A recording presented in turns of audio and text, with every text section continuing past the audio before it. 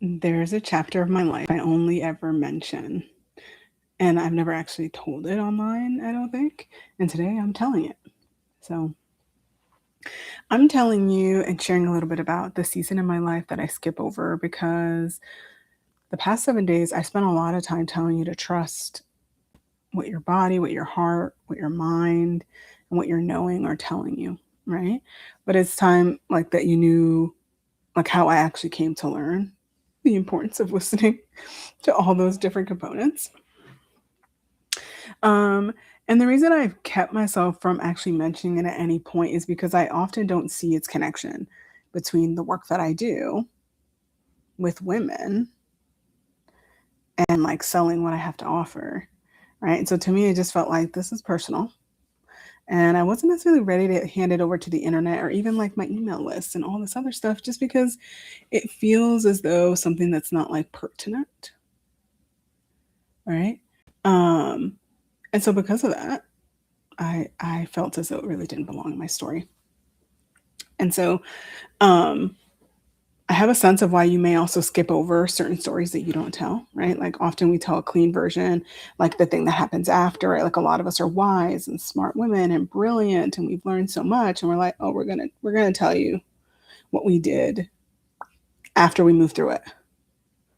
Right. So you don't share all the messy middle.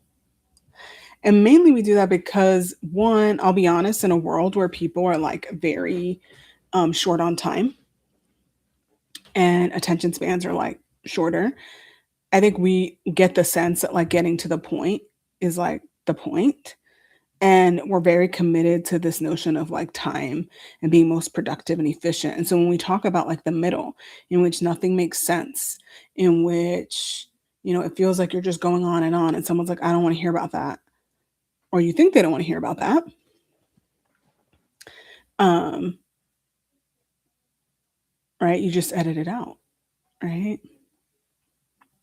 So you mentioned the hard season, but you don't actually, in like one sentence, but you might not actually share the whole thing, right? Because, like me, right, you believe the polished version is the one that matters. The complete version is you now in the present. All that in the past was a different version of you, right? But what's the truth about the work that you're here to do and the people you're meant to support, right? Like that really, the messy middle is what really matters. Like that's where the character was built. And I also always say, like, the juicy details of the middle are the places that people find the most connection because there's one juicy morsel, not of the thing that happened to you, but specifically about the way that you moved it, the thought that you had, and the feeling that you had, right? Those things capture people's attention and heart. And they're also what I believe at the heart of what you're here to create is like that thing that tackles something on the journey that it took for you to get to where you are now. Um,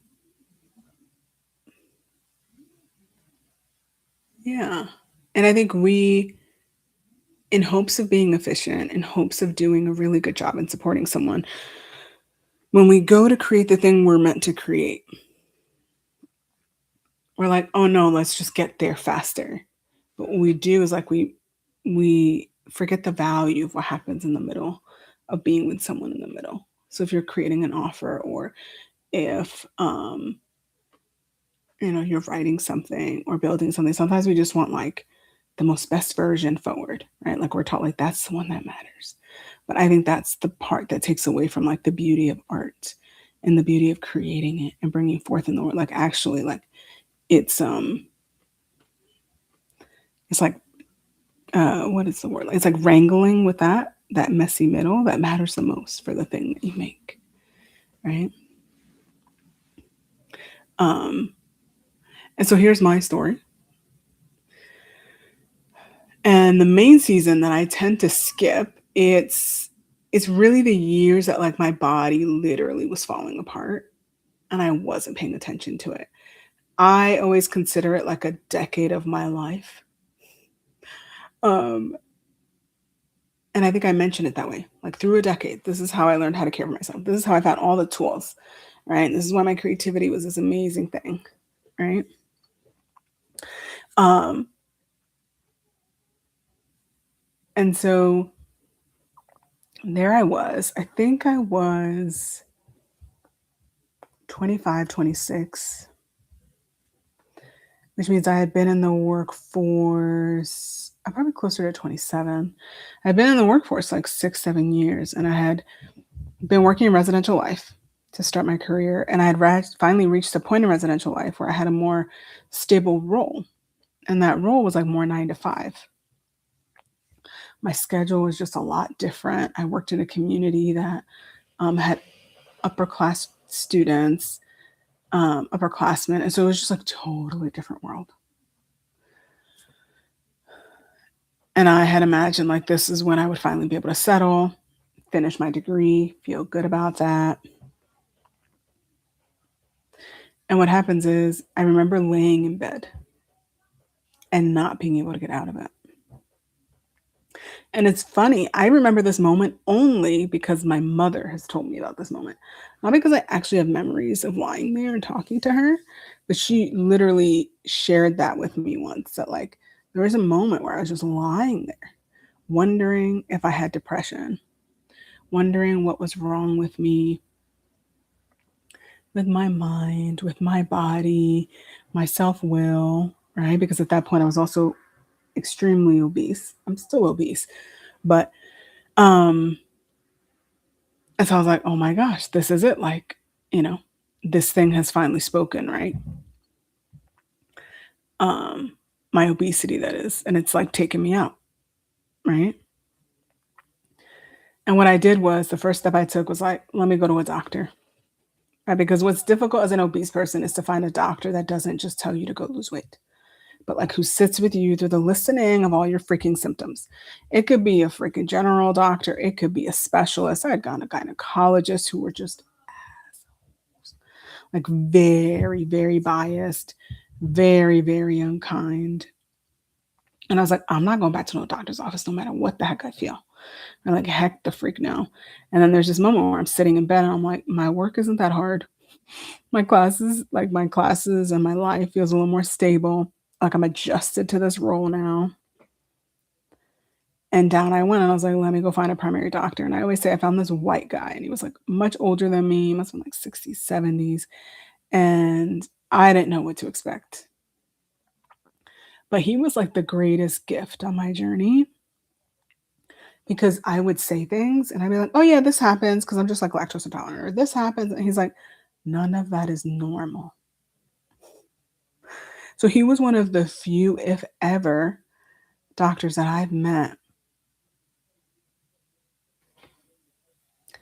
where I was like, oh, you're paying attention to me. Right. And he was like, let's take some tests. Right. So he's like paying attention to my symptoms and he was responding to what I was saying. He wasn't just being disregarding it. Oh yeah, you have more, you have more meat on your bones. You're gonna have pain there. Oh, because of this, because you're fat, this is the case. Like they just stop. Like I don't know how to tell you, like that's often the response of the Western medical field to a bigger body. And so I remember going to this doctor, and he was this wonderful white man, hilarious, quite not charming, but sarcastic, but also very direct about things that he said, this is a problem and we need to look more into this. And he was one of the people that I think referred me out to like a gastroenterologist, a rheumatologist. There might have been somebody else in there. It was like over 10 years ago at this point, 12 to 13 years. But even before he referred me out, I immediately received an answer to like my level of exhaustion and my inability to get out of bed. And it was just that I had low iron and low vitamin D. And I was living in an area that didn't have much sun. And the moment I took those things, and I knew I was low on iron because I had been told I was anemic, but I never took iron pills because iron pills are like, ugh, they're like the worst things. I have the most interesting reaction in response to them. But when I took both of them, I was amazed at how much like energy I had received. And for the first time, I was like, oh, somebody's like hearing me. If somebody's paying attention to my body and not just saying like, "Oh, if you were skinny, that would be the solution to all your problems." Right? And I went down this journey, and I remember I had this other amazing moment with a rheumatologist and even my gastroenterologist. Like, I realized, like, by the end of this journey, this doctor and doctor journey, and within a year, I had realized, like, it wouldn't matter. I literally remember asking my doctor, I asked my rheumatologist, like, if I lost weight, would I still have all this pain? She looked at me, she's like, yeah, this chronic pain condition you have, like, has nothing to do with weight. And I eventually came to learn, like, my gastro issues had nothing to do with my weight. And so it was this amazing moment in which I realized, like, oh, I gotta find the right people who are gonna advocate for me to take good care of myself no matter what body I'm living in, one. And two, it was like amazing to see reflected back to me the ways in which they were listening to my body that I was just not paying attention. Right? For my doctor to be like, yeah, that's not normal. Yeah, if that's the case, then this is the diagnosis. It's like an actual problem. It's not something you made up, right? Or that because you're fat happened to you, right? Because none of my conditions had anything to do with like food in relation to, like, sometimes people have high blood pressure because of things that they're eating or close to diabetes. Like, none of my stuff was related to actual food, right? And so here I am sitting across these medical professionals, and I'm like, oh, my body is talking, and it's trying to get attention, and it's trying to tell me something. But early on in that journey, I was just so committed. I'm like, they had given me like a physical health solution for a physical health problem, right? And it wasn't until I went through that journey and I noticed, I was like, oh my God, this is just like one piece of the puzzle. And the next pieces were coming. But that this is the first, like, it was the first signal, and I didn't know that at that time, that I was walking a path that was not aligned to my gifts, to what I actually wanted to do, right? But sometimes when your mind is so stuck, you're like, "This is what I'm supposed to do. This is what I'm smart at. I'm good at this. I think this," right? Things would continue to happen, and I'll be honest, things continue to happen in the present, digestively, physical, pain, ailment-wise, like, all those things happen, and now I can understand. I'm like, "Uh-oh, what's going on? What is the feeling I'm not giving space for? Um, what's the thing I'm not looking at? What's the thing I'm rushing through that my body's like, take a minute, yo, right?" And I had spent a decade running my body into the ground, not paying attention to signals at all. I mean, from like my undergrad years, but I just like, no, like, we gotta get through this. We gotta do this. We gotta like move through it. Like, like I didn't really, I was like, no, it's fine. It's fine. It's fine. It's fine. It's fine. Um, and I just always thought I'm a special little cupcake. It's fine. I'm obese. Like, this is probably a problem related to that. Or like I just always was like making excuses until I couldn't make anymore because I had nothing more to give. And so I often don't share this part of my story because it can be overwhelming to one, right? Be seen as someone who wasn't listening for a really long time. And I'll be honest, sometimes I'm still not listening. I remember I was like driving to work about a year ago, and I had like literally sent a message in which I was like advocating for myself to a colleague that's like really cool and wonderful. And I was like, what's happening here? And literally on the road to work, it's like a 2.5 hour drive. I had to like run to the bathroom towards the end of that moment. And I'm like, there's no other reason besides my emotional response to the situation and actually like standing up for myself and how difficult that is. My whole body was like, that's a lot. That's a lot. Nervous system was like, do, do, do, do, do, do, do, do, do, do, do, because I really cared about this person and they were important to me. And I didn't want to lose that even as I wanted to stand up for myself. Right. And so I'm sharing with you, like, there are still moments my body has to speak really loudly for me to hear it. Right. And that was the moment I feel like I finally heard myself and I honored what I was hearing. right? So before I ever picked up a tool, before I ever went into the records, like my body had been teaching me, even if I go back, there are moments I've been in energy sessions where I go back to when I'm quite young. And there are moments when my body is digestively speaking to me back then. But it took me till I was 27 to like hear it, right? And then not only just hear it, but like honor it, witness it, and support it in changing, right? And that's the tough part, right? That when our body like glitches,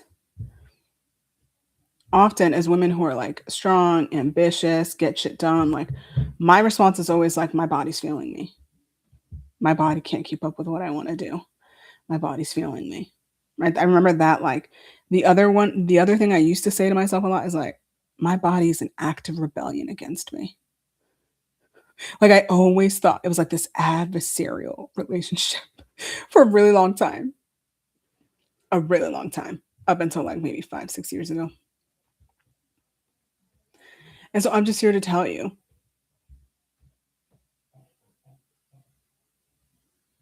that when something is speaking to you and things don't go as you had imagined, with any part of your well being, like you're not broken, you're not failing, your body isn't rebelling against you. It's not. What it is it's trying to communicate something to you in the only way it knows how. And it has probably been trying to do it for a while. And now I need to ring off an entire bell for you to be like, oh shit, oh, I should pay attention. Right. And the real reason that's there, right, is that we're not really taught as women to pay attention to our bodies, with the exception of the way that it looks and it's presented to for the pleasure of the male gaze, right, and societal conditioning. And I also believe at the heart of that, of like ignoring women's pain, is the fact that we're in pain every month, right? So it's like, well, you're always in pain. So they normalize it, right? Because we are in pain. We're like having our menstrual period and it is painful. So for some of us, it's more or less painful, right? But at some point, women are experiencing pain at a rate that others do not. And so it's like, well, yeah, of course. And if you're here, you probably have had other pains and other things, and you've gone to doctors and they haven't been able to tell you that because you're a healthy person, because that's just the way the body works.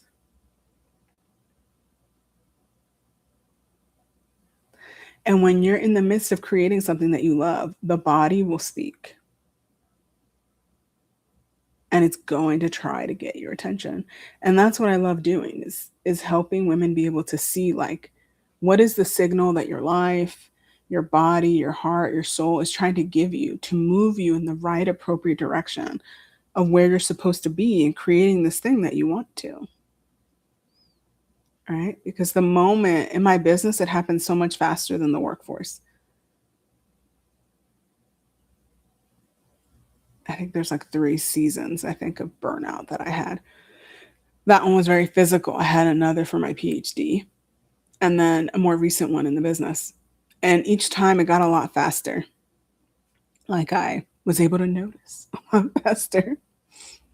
And what I'm here to tell you is that sometimes those are the signals that go missing that then keep you stuck or have you move farther away from the project, when the project is just like asking you to listen a little more closely, either to the project itself, to your intuition, right?